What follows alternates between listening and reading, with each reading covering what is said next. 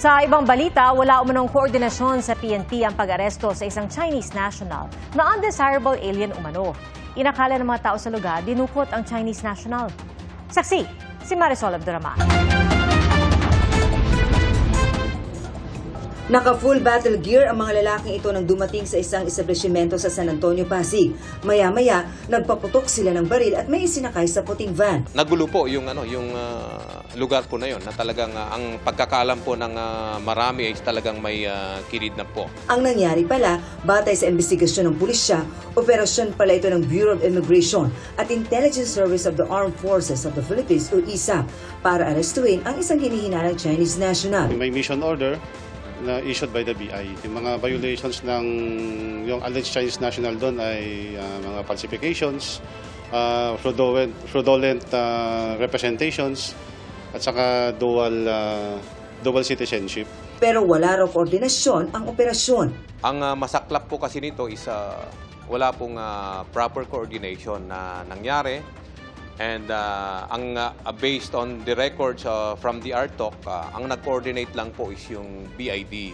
Wala pong sinasabi doon na may kasama silang armed component coming from ISAF.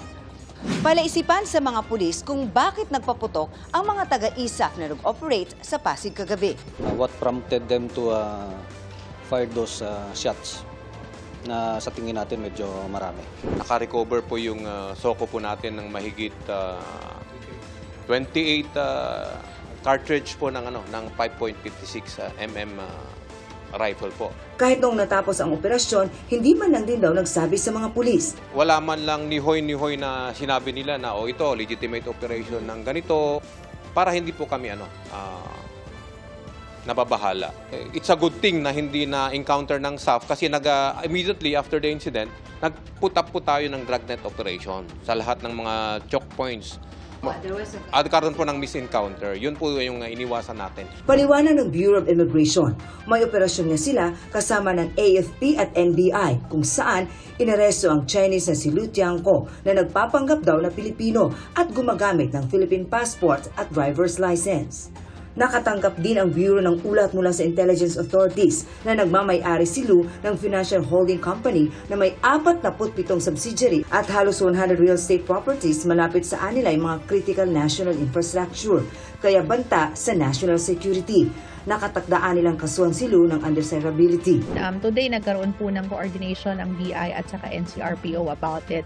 Nakikita naman nila yung importance ng ginawa natin na paghuli doon sa isang illegal alien na nagpapanggap na Pilipino na may mga concerns ang AFP na maaring may involvement sa espionage activities. Bagaman kinumpirma na raw ng ISAF sa kanila na nagkaroon ng legitimate operation, patuloy pa rin nila itong iniimbestigahan at maaari silang magsampa ng criminal charges sa kanilang partner agencies. Sinusubukan pa ng GMA Integrated News na makuha ang pahayag ng ISAF tungkol dito. Para sa GMA Integrated News, Marisol Abduraman, ang inyong saksi. Mga kapuso, maging una sa saksi. Mag-subscribe sa GMA Integrated News sa YouTube para sa iba't ibang balita.